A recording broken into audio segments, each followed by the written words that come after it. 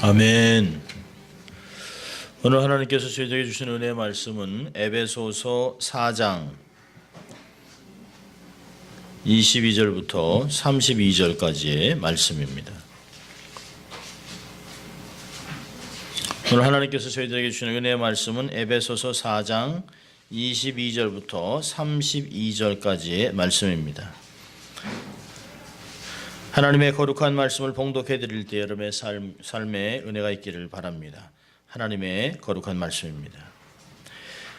너희는 유혹의 욕심을 따라 썩어져가는 구습을 쫓는 옛사람을 벗어버리고 오직 심령으로 새롭게 되어 하나님을 따라 의와 진리의 거룩함으로 지으심을 받은 새 사람을 입으라. 그런즉 거짓을 버리고 각각 그 이웃으로 더불어 참된 것을 말하라. 이는 우리가 서로 지체가 됨이니라. 분을 내어도 죄를 짓지 말며 해가 지도록 분을 품지 말고 마귀로 틈을 타지 못하게 하라. 도적질하는 자는 다시 도적질하지 말고 돌이켜 빈궁한 자에게 구제할 것이 있게 위하여 최선으로 수고하여 선한 일을 하라. 무릇 더러운 말은 너 입 밖에도 내지 말고 오직 덕을 세우는 데 소용되는 대로 선한 말을 하여 듣는 자들에게 은혜를 끼치게 하라. 하나님의 성령을 근심하게 하지 말라. 그 안에서 너희가 구속의 날까지 인치심을 받았느니라. 너희는 모든 악독과 노함과 분냄과 떠드는 것과 회방하는 것을 모든 악의와 함께 버리고 서로 인자하게 하며 불쌍히 여기며 서로 용서하기를 하나님이 그리스도 안에서 너희를 용서하심과 같이 하라. 아멘. 하나님의 말씀이었습니다. 거룩한 주일 예배 참석한 여러분을 주의 이름으로 환영합니다. 반갑습니다. 주의 이름으로 인사 좀 하실까요? 반갑습니다. 사랑합니다. 큰 은혜 받으세요. 예, 그렇습니다. 예.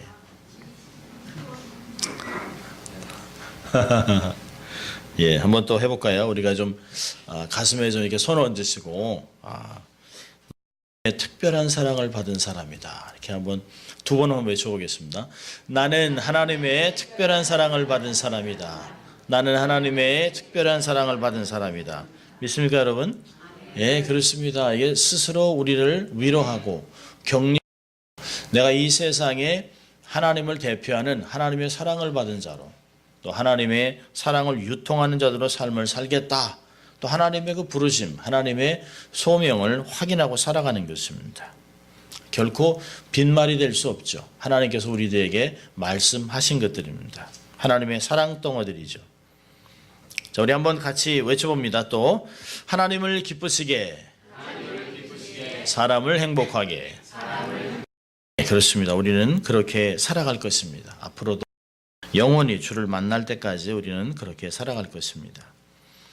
오늘은 새해에 입어야 할 것들, 앞으로 지난주는 새해를 위해서 두고 갈 것, 벗어야 할 것들을 보았다면 앞으로 한 5주 동안, 오늘부터 해서 5주 동안 새해에 입어야 할 것들을 에베소 4장 22절부터 32절까지 거의 매주 한 두 가지씩을 보려고 합니다. 오늘은 사실은 본문 25절, 27절까지의 집중적인 두 가지를 나누려고 합니다. 우리말에 옷이 날개라라고 하는 말이 있습니다. 우리가 조금 좀 안 생겼어도 체격이 좋지 않아도 좋은 옷을 입으면 못 보일 수가 있습니다. 아마 그래서 많은 사람들이 좋은 옷, 또 이렇게 품위가 있는 옷 좀 입으면 이렇게 멋지게 보이는 옷들을 구입하려고 하는 것 같습니다. 옷을 잘 입는 사람, 못 입는 사람을 뽑아서 피플스 잡지에 매년 실습니다. Best Dresser or Worst Dresser in Hollywood. 그래서 헐리우드 영화계에서 누가 옷을 제일 잘 입나, 누가 제일 못 입나 하는 걸 뽑기도 합니다. 여러분 어떻습니까? 여러분은 옷을 어떻게 맵시 있게 입으세요? 자기가 스스로 생각할 때 난 좀 이게 옷을 좀 잘 입는 편이다. 여러분 어느 부류에 속합니까? 잘 입는 편, 못 입는 편? 아마 저는 잘 입는 편에는 거의 속하지도 않고 못 입는 편에서 조금 이렇게 중간 좀 있지 않을까 하는 생각합니다. 아마 보통 이렇게 될 것 같습니다. 여러분 우리가 옷을 통해서 상대방에게 예의를 표시합니다. 대통령, 또 높은 관리, 어떤 교수를 만날 때 옷이 제대로 됐는지 다시 거울을 보기도 합니다. 우리 교수님이나 존경하는 분들을 만나기 가기 전에 옷을 다시 한번 거울을 보고 이렇게 다시 한번 이렇게 여미고 또 한번 보고, 또 머리도 어떤가, 이거 흥그러지지 않았나, 제대로 좀 이렇게 함부로 어른을 또 존경하는 분을 대하지 않도록 우리의 삶의 태도에서 그분을 존중함을 드러내기 위해서 다시 한번 옷을 한번 다시 살펴보기도 합니다. 제대로 되었는지 보기도 하죠. 옷을 통해 상대방에 대한 친밀도도 더 드러내고 존경심을 드러낼 수 있습니다. 어떤 사람이 상담하라고 왔는데 쓰레빠에 반바지에 이 탱탑을 입고 왔다면 아마 저도 스스로 여기서 잘하긴 했지만 저 사람이 어떤 의도로 여기에 왔을까 하는 생각을 하게 됩니다. 옷을 잘 입어야 되는 것은 아닙니다만은 옷은 정중하게 또 깨끗하게 또 말끔하게 입는 것이 좋은 것이라고 저는 생각합니다. 옷은 우리의 신분을 나타내는 수단이기도 하죠. 아마 제가 이렇게 설교하러 올라왔는데 반바지에 반팔을 하고 올라왔다면 목사님 왜 저러시나 라고 하는 생각들을 하실 것이에요. 그래서 사실 이렇게 늘 양복을 입는 스타일은 아닙니다만은 양복을 입는 것은 그래도 말씀 앞에 섰다라고 하는. 여러분 저희가 가끔 성찬식을 할 때 가운을 입지 않습니까? 목사 가운. 여러분 목사 가운은 어떤 의미가 있을까요? 목사 가운은 어떤 권위를 나타내는 것이 아니라 하나님 앞에 우리는 내놓을 것이 아무것도 없지만 하나님의 은혜를 입고 또 하나님의 그리스도의 새로운 옷을 입고 하나님이 기뻐하는 자들을 섬기려고 제가 종으로 섰습니다라고 하는 것이 목사 가운입니다. 어떤 권위를 드러내는 것이 아니라 펑션을 위해서, 주의 사역을 위해서 입는 것이에요. 여러분 경찰을 보면 저 사람은 경찰이구나. 소방관 옷을 보면 저 사람은 불을 끄고 하는 사람이구나. 의사, 간호원, 법관 이런 사람들을 보면 저 사람들은 어떤 일을 하는구나 라고 하는 것을 우리가 볼 수 있습니다. 그런데 여러분 그리스도인들도 우리도 늘 옷을 입고 살아갑니다. 하나님의 은혜로 우리의 옛것을 벗어버리고 새 옷을 입은 사람들로 살아갑니다. 고린도후서 5장 17절에 그랬습니다. 우리를 새롭게 살리고 누구든지 그리스도 안에 있으면 이제는 새로운 피조물이라. 이전 것은 지나갔으니 보라 새 것이 되었도다 라고 사도 바울은 우리에게 이야기하고 있습니다. 지난번에도 말씀드린 것 같이 새 것이 되었도다 라고 하는 것은 한 번에 일어나는 것이 아니에요. 새 것이 되는 것은 계속해서 주 안에 있는 자들에게 계속해서 새롭게 되고 있는 과정을 이야기하는 것입니다. 그래서 어제보다 오늘이 좋습니다. 여러분 가끔 우리는 그런 얘기하죠. 작년이 더 좋았던 것 같아. 10년 전에가 더 좋았던 것 같아. 우리는 가끔 그런 얘기합니다. 목사님 참 12년 전 13년 전에 그때 교회 너무 재밌었죠. 저도 재밌었죠. 그러나 그렇게 물어보고 이야기하는 것이 지혜가 아니라는 것이에요. 자 여러분 전도서 7장 10절을 한번 보겠습니다. 전도서 7장 10절. 아마 이 말씀을 보면 우리가 옛날 얘기하는 게 좋은 게 아니구나 라고 하는 것을 우리가 스스로 보게 될 것입니다. 전도서 7장 10절. 이 말씀은 여러분이 이게 연필로에 쭉 그어놓으시고 하이라이터로 좀 그어놓으세요. 전도서 7장 10절 우리 같이 읽습니다. 시작. 옛날이 오늘보다 나은 것이 어찌 미냐 하지 말라. 이렇게 묻는 것이 지혜가 아니니라. 그렇죠. 어제가 오늘보다 좋을 수가 없습니다. 왜 그럴까요? 오늘이 주를 만나기 위해 하루를 더 사는 거예요. 주를 만날 날이 하루가 더 온 것입니다. 사실 우리가요 신앙생활 하다 보면 내가 또 영적으로 성숙하지 않고 이렇게 미련하게 자꾸 옛날로 돌아갈까? 그러나 가만히 들여다보면 이전보다 훨씬 성숙해 있기 때문에 고민을 하는 것이에요. 우리가 성숙하지 않으면 신앙적으로 성숙하지 않으면 죄 때문에 고민하지 않습니다. 성숙하지 않은 것 때문에 걱정하지 않아요. 그건 성숙하기 때문에 그런 것입니다. 우리가 깨끗하고 거룩하고 점점 나아지고 있기 때문에 더러운 것을 보면 내가 살짝 닿기만 해도 내가 왜 이럴까? 내가 왜 그런 생각을 할까? 라고 주님의 마음을 정말 기쁘게 하려는 마음이 있는 것이에요. 앞으로 절대 우리가 하지 말아야 될 것은 비록 우리가 과거에 상처를 받고 정말 기억하고 싶지 않은 어떤 과정들이 지나갔다 할지라도 우리는 어떤 마음을 가져야 될까요? 앞으로 나타나는 모든 것들이 하나님의 영광 가운데 우리의 삶을 복되게 할 것이다 라고 하는 것이에요. 여러분, 예수님이 무슨 말씀을 하셨냐면 요한복음 9장에 예수님이 제자들과 지나가다가 제자들이 그랬습니다. 주님, 이렇게 태어나면서부터 그 소경된 자가 누구의 죄 때문에 그렇습니까? 여러분, 우리 한국 사람들은 늘 과거에 뭐가 있다고 생각합니다. 그러니까 업보라고 얘기하잖아요. 그러니까 부모가 죄를 졌든지 뭐 자기가 죄를 졌든지 자기가 업보든지 전생이든지 그런 얘기를 합니다. 그런데 예수님이 제자들의 그 이야기와 생각들을 완전히 뒤집어 놓습니다. 주님이 그러죠.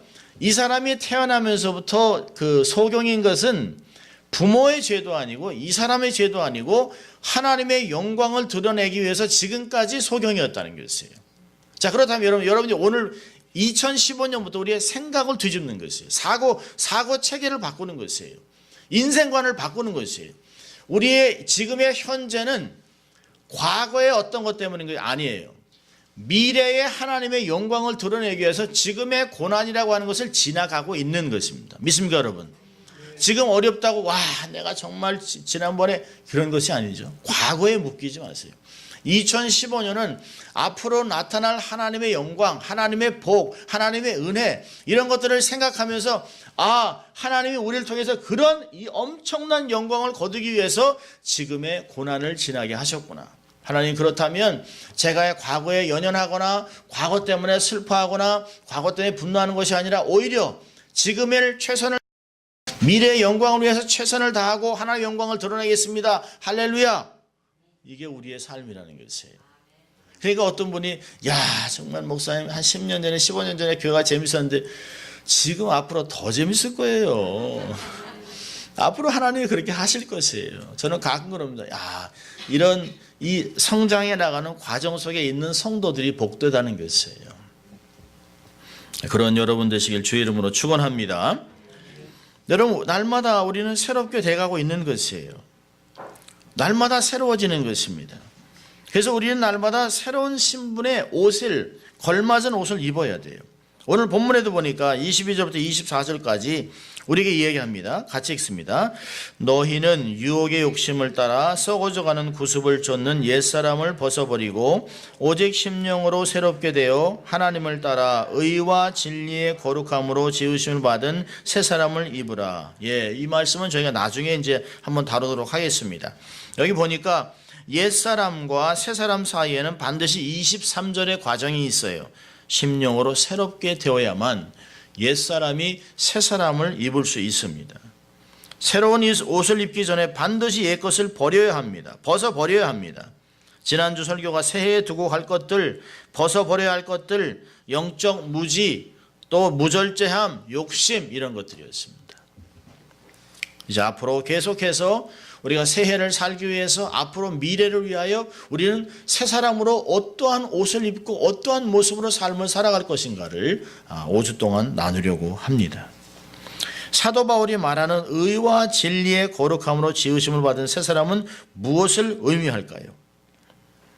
25절부터 32절까지는 전체가 7가지 정도가 나오는데요. 오늘은 2가지만 보려고 합니다. 자, 첫째로 사도 바울이 이야기하는 새해에 입어야 하는 새 사람은 무엇을 가르치냐면 25절 우리 같이 읽습니다. 그런즉 거짓을 버리고 각각 그 이웃으로 더불어 참된 것을 말하라. 이는 우리가 서로 지체가 됨이니라. 25절에 나왔습니다. 거짓을 버리고 참된 것을 말하라. 거짓을 버리고 참된 것을 말하는 것이에요. 우리는 정말 지금 우리 사회는 경제적인 어려움도 문제입니다.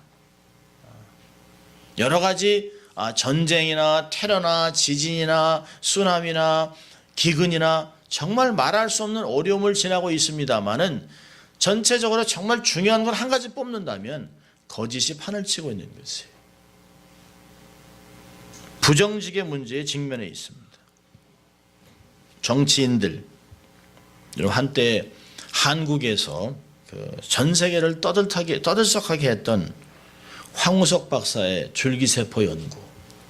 한국 사람으로는 얼마나 정말 이 기쁘고 자랑스럽고 전 세계 과학계에서 정말 줄기세포로 새로운 획을 그었던 닥터 황우석 그래가지고 그 한국에서요 의대 중에서도 수의과가 서울대학 수의과가 아주 그냥 뭐 20대 1, 30대 1까지 올라갔던 적이 있었습니다. 그런데 온통 정직이라는 기준이 무너지고 거짓이었다는 것이 밝혀지고 서로 험악한 말을 오가면서 교수와 제자 사이에 동역자 사이에 서로를 향해서 비난하고 정죄하고 세상에서 부끄러움을 당했던 것을 볼 때 야 어찌하여 학계에 저런 위대한 사람들이 저렇게 박사학위를 받기 위해서 수십 년을 공부했던 사람들의 결과가 어찌하여 저런 것인가라는 생각을 하게 됩니다. 우리는 가끔 나쁜 것인 줄도 알면서 살짝 거짓말하며 살아갑니다. 이걸 white lie라고 얘기합니다. 얘기하죠. 유익을 위해서, 공동체를 위해서. 사실은 그렇지 않습니다. 거짓은 어떤 것도 좋지 않습니다. 하나님은 우리를 거짓을 버리라고 말씀하세요. 특히 우리 공동체 안에서 서로를 속이지 말아라, 거짓말하지 말아라 라고 하는 말을 하고 있습니다. 왜 그럴까요? 자, 첫째로 거짓은 사단의 무기이기 때문에 그렇습니다. 사단이 인류 역사에 처음 가지고 들어온 죄악이 바로 거짓입니다. 에덴 동산의 뱀이 하와에게 다가와서 하나님의 말씀에 대한 의심을 갖게 하고 거짓으로 범죄하게 했습니다. 여러분, 하나님 말씀에 자기의 생각을 더하거나 빼는 것은 거짓입니다. 하나님 말씀에 만지도 말고 보지도 말라고 얘기했느냐라고 하나님 말씀에 자꾸 뱀이 거짓을 더했습니다. 말씀을 더했습니다. 여러분, 이 사단은 지속적으로 거짓을 하게 합니다. 결국에는 요한일서 2장 20절부터 22절을 보면 진리를 부인하게까지 합니다. 거짓 선지자를 동원해서 진리를 왜곡합니다. 여러분, 이 사단이 하는 전략의 순서가 뭐냐면 처음에는 진리를 의심하게 합니다. 그리고 거짓에 귀를 기울이게 합니다. 그리고 거짓을 받아들이게 하고 결국에는 진리를 거부하는 인생으로 몰아갑니다. 그래서 예수님은 하나님은 처음부터 거짓을 멀리하고 거짓을 버리라, 거짓을 잘라버리라라고 우리에게 명령하는 것입니다. 2015년은 어떤 상황 속에서도 사단의 도구인 거짓을 잘라버려야 합니다. 두 번째로 이 사단은 거짓의 아비이기 때문에 거짓을 버려야 합니다. 자, 여러분 요한복음 8장 44절을 한번 보겠습니다. 요한복음 8장 44절.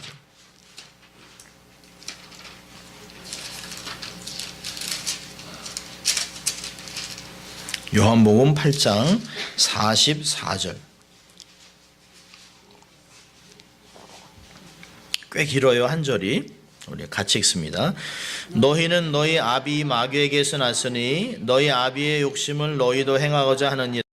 저는 처음부터 살인한 자요 진리가 그 속에 없으므로 진리에 서지 못하고 거짓을 말할 때마다 제 것으로 말하나니 이는 저가 거짓말장이요 거짓의 아비가 되었습니다. 네. 여러분, 여기서 제 것으로 말하나니, 거짓을 말할 때마다 제 것으로 말하나니 라고 하는 제 것은 뭐냐면 모국어입니다. 모국어. 사단의 모국어는 거짓말입니다. 우리가 거짓말을 하는 순간 우리는 사단의 모국어를 사용하는 것이에요. 사단에게 속해있다는 걸 이야기하는 것입니다. 사단의 자식 흉내를 내고 있는 것이에요. 여러분, 내 자식이 다른 사람을 흉내내면 부모의 마음이 어떨까요?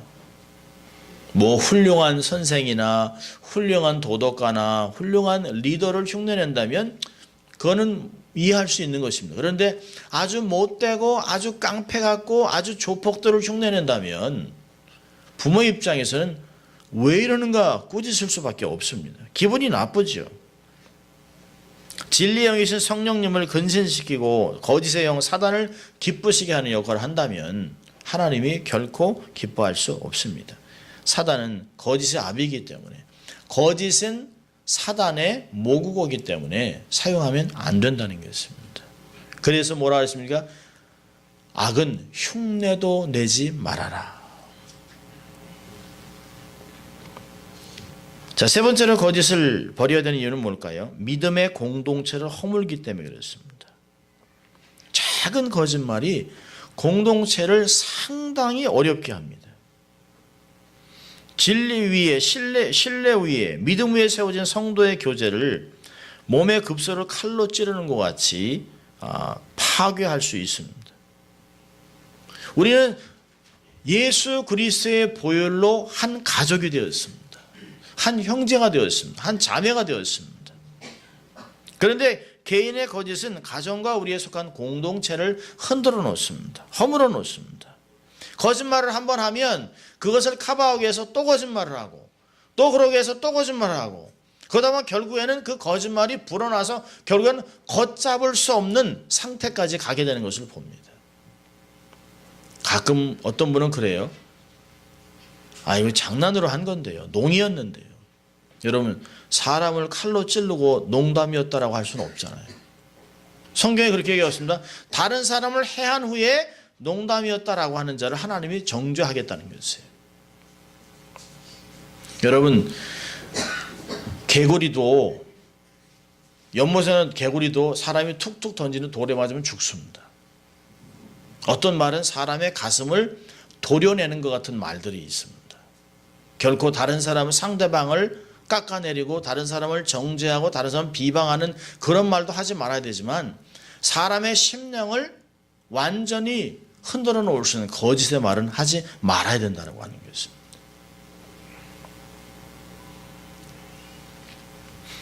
캐나다 총리 장 크레티앙은 가난한 집안의 19형제 가운데 18째로 태어났습니다. 선천적으로 한쪽 귀가 먹었습니다. 안면 근육 마비로 입이 삐뚤어져서 발음이 어눌하게 나옵니다. 그러나 신체적인 장애를 딛고 1993년 그가 카나다의 총리가 되고 3번이나 연임한 놀라운 총리입니다. 그렇지만 이 총리가 신체적인 장애 때문에 많은 사람들에게 놀림을 당하기도 하고 정치 만화가의 풍자대상이 되기도 했습니다. 작은 사건도 크게 불려져서 많은 사람들이 그를 비웃기도 했습니다. 그가 선거 유세를 다닐 때의 일이었습니다. 그가 마이크 앞에 서서 이렇게 얘기했습니다. 저는 장애를 갖고 태어났습니다. 장애를 갖고 있습니다. 그래서 오랫동안 고난을 당하고 어려움을 당했습니다. 하지만 제가 가진 언어 장애 때문에 제 생각과 의지를 전부 전하지 못할까봐 고통스럽습니다. 인내심을 가지고 저희 말에 기울여 주십시오. 저의 어눌한 발음이 아니라 그 속에 담긴 저의 생각과 의지를 들어주셨으면 합니다. 그때 반대파의 누군가가 소리쳤습니다. 하지만 이 한 나라를 대표하는 총리에게 언어 장애가 있다는 것은 치명적인 결정 아닙니까? 당신은 총리의 자격이 없습니다. 그러자 크레티앙은 어눌하지만 단호한 목소리로 이렇게 말했습니다. 예, 저는 말을 잘 못하지만 그러나 거짓말은 하지 않습니다. 여러분, 여기에 힘이 있는 것이에요. 여러분, 정직은 통합니다. 한국의 청년들에게 정직하면 어떨까요? 정직하면 손해볼까요? 73% 젊은이들이 정직하면 손해본다고 얘기합니다. 그러니까 사회가 정직하지 않은 것이에요. 여러분, 다리가 무너지고 또 그 길에 막 동공이 생기고 건물이 무너지고 이런 이유가 뭘까요? 거짓 때문에 그렇습니다. 정직하지 못하게 그렇습니다. 여러분 기억하세요. 우리는 청산유수같이 말을 잘할 의무는 없지만 정직해야 될 의무는 있습니다. 하나님이 정직하시기 때문에, 예수 그리스도께서 정직하셨기 때문에, 선하셨기 때문에 우리는 진실만 말하고 살아야 합니다. 거짓을 버리고 선한 말, 다른 사람을 세우는 참된 말을 해야 할 것입니다. 잠언서 12장에 그랬습니다. 거짓말을 하는 입술은 미워하지만, 하나님은 거짓말을 하는 입술은 미워하지만 진실하게 사람은 기뻐하신다. 정직한 자에게는 흑암 중에 빛이 일어나니 그는 어질고 자비하고 의로운 자로다. 의인을 위하여 빛을 뿌리고 마음이 정직한 자를 위하여 기쁨을 뿌렸도다. 시편 97편 11절은 우리에게 권면하고 있습니다. 정직한 자에게 허락하시는 놀라운 축복을 받으며 살아가는 한 해가 될 수 있기를 주의 이름으로 축원합니다. 옆에 있는 분에게 좀 얘기 좀 해주세요. 정직으로 기쁨을 누리십시오. 정직으로 기쁨을 누리세요. 예. 아멘. 예. 자, 두 번째로 26절과 27절을 보면 우리 같이 읽습니다. 본문 에베소서 4장 26절 27절 읽습니다. 분을 내어도 죄를 짓지 말며 해가 지도록 분을 품지 말고 마귀로 틈을 타지 못하게 하라. 예. 분을 품지 말고 마귀로 틈을 타지 못하게 해야 합니다. 그리스도 안에서 새 사람이 되면 옛 분노와 화를 내지 말아야 합니다. 구원받은 후에 제일 먼저 거듭나야 하는 부분은 성격입니다. 성격. 예수를 섬기면서도 화를 잘 내고 분노하고 폭발한다면 옛 성품이 아직도 살아남아 있는 것이에요. 분이 나는 것은 죄가 아니지만 그 마음에 품고 악의를 품고 삶에서 그걸 폭발하면 그건 죄가 되는 것입니다. 마틴 루터가 얘기했습니다. 우리 머리 위에 새가 날아다니는 것은 어찌할 수 없지만 새들이 우리 머리에 둥지를 트는 것은 막아야 된다라고 얘기했습니다. 사람이 어떻게 화가 나지 않겠습니까? 화가 나지요. 그러나 하루를 넘기지 말고 또 분으로 인해서 우리의 마음에 틈을 주지 마라라고 이야기하고 있습니다. 분을 품지 말고 마귀로 틈을 타지 못하게 하는 이유는 첫째로 분노는 경건 생활을 무너뜨리게 됩니다. 사단이 틈을 타는 것이에요. 여러분, 우리의 이 몸은 머리부터 발끝까지 우리의 몸은 성령이 거하는 성전이라고 얘기했습니다. 그렇다면 이것은 치유의 법권입니다. 하나님이 거하시는 성전이라면, 하나님의 영이 거하는 성전이라면 이것은 사단이 감히 침범할 수 없는 치유의 법권이에요. 자, 그런데 문제는 뭐냐면 우리가 문을 열기 때문에 들어오는 것이에요. 여러분, 한국 대사관, 한국 영사관도 여기 있습니다. 한국 영사관이 비록 LA 로스앤젤레스 땅에 있지만, 한국 영사관이 비록 이 LA에 있지만, 관저가 여기 있지만 그것은 한국 땅입니다. 그것은 미국 경찰도 미국 군인도 함부로 들어갈 수 없는 것이 치유의 법권입니다. 그것을 들어가려면 반드시 한국 정부의 허락을 맡아야만 들어갈 수 있는 것이에요. 누가 문을 열어야만 들어갈 수 있습니다. 여러분, 그 중국에도 원나라, 역사를 보면 원나라 몽골이 300년을 통치했습니다. 몽골이 중국 땅을 그렇게 정복하고 싶었는데요, 거의 만리장성이 길을 막았습니다. 북경으로 들어올 길이 없는 거예요. 철옹성이죠, 완전히.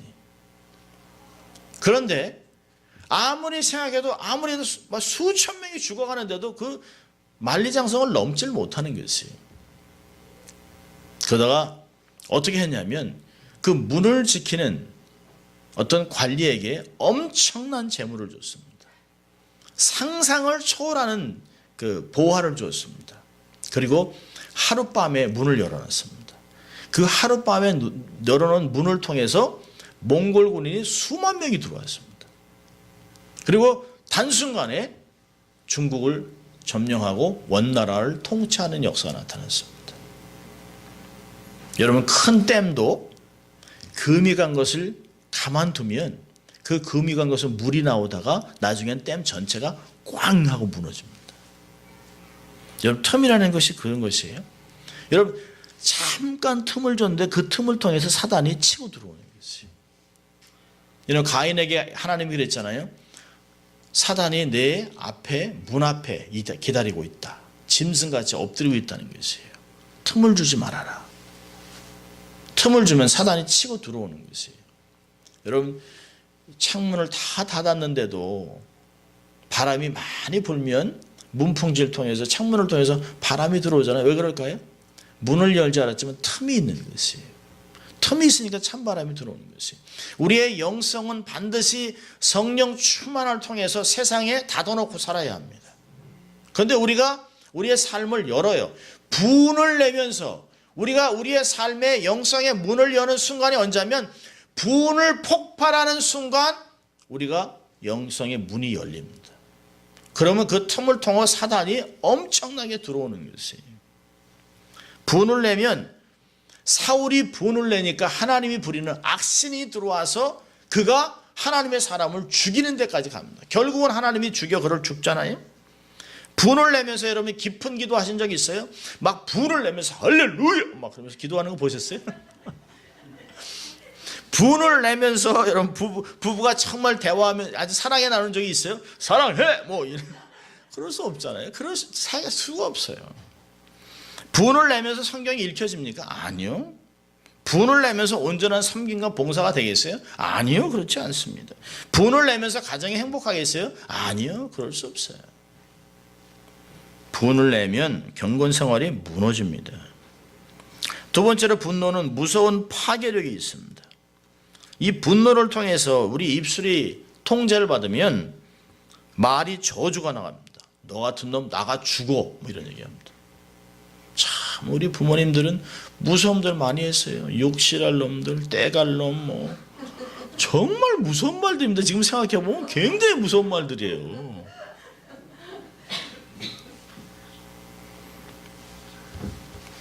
사실 그런 의미를 깊이 생각하지 않고 사용하셨었어요. 언어만 그랬습니까? 물리적인 폭력이 동반되죠. 때리고 집어던지고 무기를 사용하고 심각한 피해를 입히고 화가 난다고 갓난아이를 바닥에 던져고 애가 죽었습니다. 필라델피아에서. 애가 온다고 시끄럽다고 애를 던졌는데 바닥에 마룻바닥에 그냥 두개골이 깨져 죽었어요. 화가 난다고 아내에게 칼을 던지는 남편. 저는 상담하다 별의별 사람을 다 봤습니다.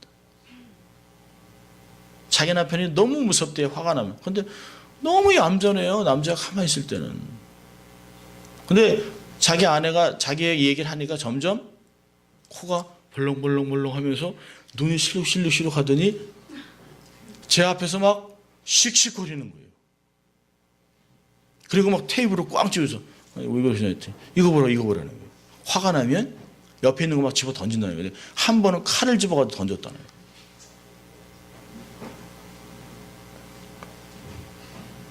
그걸 보고 애가 경기를 잃었습니다. 놀라가지고 경기를.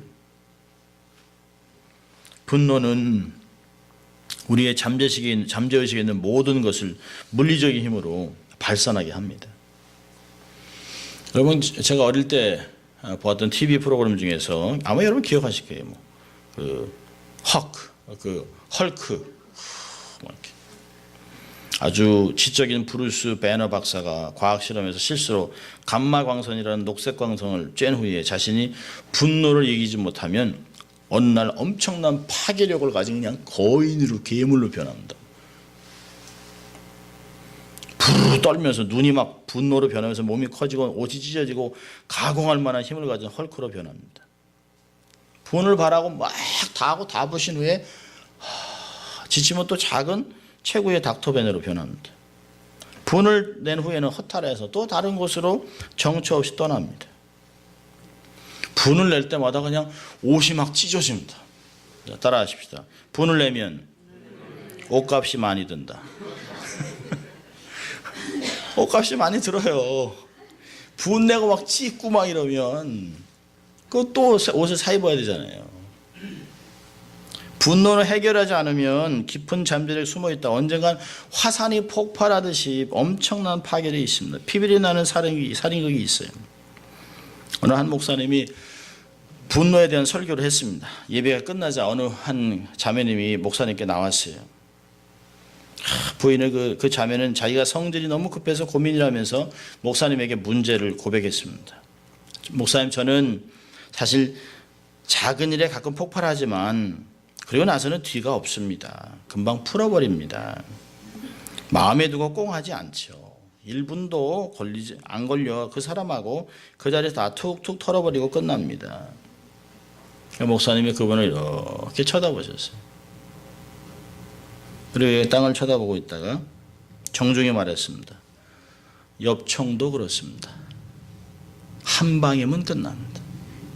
한 방이면. 오래 안 걸리죠. 한 방으로 쏴 죽이고 그 결과는 엄청나죠. 다 박살납니다. 가끔 그런 분들 봐요. 목사님, 저는 뒤끝이 없습니다. 그렇죠. 자기는 쏘고 가버렸으니까. 총을 맞은 사람은 그게 해결되려면 너무너무 오랜 시간이 걸립니다. 한국말 중에 나쁜 말이 있어요. 고기는 씹어야 마시고 말은 해야 마시다. 그렇지 않아요. 성경은 이야기합니다. 듣기는 속히 하되 말하기는 천천히 하라. 그래야 분도 천천히 낼 수 있습니다. 분은 절대로 내면 안 됩니다. 분노는 잔인합니다. 분노는 칼을 부릅니다. 자기 재물이 연락되지 않았다고 분노를 가진 가인이 아벨을 돌로 쳐 죽입니다. 창세기 잠언서 27장 4절을 보면 분은 잔인하고 노는 창수 같거니와 투기 앞에서야 누가 서리요. 욥기 19장 29절에 너희는 칼을 두려워할지니라 분노는 칼의 형벌을 부른다. 분노는 잔인하고 칼의 형벌을 부릅니다. 내면에서 분이 역사하지 못하도록 분은 반드시 다스려야 합니다. 분을 내도 하루가 넘기지 않도록 했어야 합니다. 하나님께 맡기고 정리해야 됩니다. 분이 나면 한 끼를 금식하세요. 그러면 배가 고파서라도 분을 못 낼지도 몰라요. 아이고 배고파. 모르죠. 또 배가 고파서 더 분을 낼지. 배고파. 그럼 두 끼. 분을 내지 말고 한 해를 다스리십시오. 여러분 공동체 안에서는 소리를 내지 마세요. 공동체에서는 언성을 높이지 마세요. 공동체 안에서는 타인을 정죄하지 마세요. 타인을 판단하지 마세요. 주님이 우리를 판단하지 않고 우리를 받아주셨는데 그럼 우리도 타인을 받아야 하지 않겠습니까? 가능하면 부드럽게, 가능하면 따뜻하게, 가능하면 섬기고 정말 주를 대하듯이 섬기고 나보다 낮게 여기고 부족하면 채워주고 빚을 갚는 자로 살아간다면 이 공동체는 얼마나 따뜻할까요? 저는 그러한 공동체가 되어야 된다고 믿습니다. 2015년은 우리를 통해서 우리의 가정을 통해서 우리 교회를 통해서 세상이 복을 경험하고 야 정말 하나님 계시구나. 정말 하나님 섬기는 자들 때문에 내가 너무 기분이 좋다. 뭐 이런 삶이 축복의 통로가 되는 여러분 될 수 있기를 주의 이름으로 축원합니다. 기도하겠습니다. 하나님 아버지 감사합니다. 오늘도 저희를 부르셔서 하나님을 예배하는 자로 삼으시고 또 하나님 어떻게 우리가 삶을 살아가야 될지 말씀으로 권면하신 주님 감사합니다. 하나님 그렇습니다. 우리가 하나님 앞에서 진실을 말하고 또 하나님 분을 내지 않고 참고 용납하고 수용하면서 겸손히 타인들을 축복하는 저희들 될 수 있도록 그래서 하나님 이걸 통하여 우리의 가정이 교회가 하나님 복되게 하시고 축복의 통로가 되어 축복의 근원지가 될 수 있도록 인도하여 주시옵소서. 감사하고 예수님 이름으로 기도합니다. 아멘. 자, 이제 다 일어나셔서 함께 봉헌하도록 하겠습니다.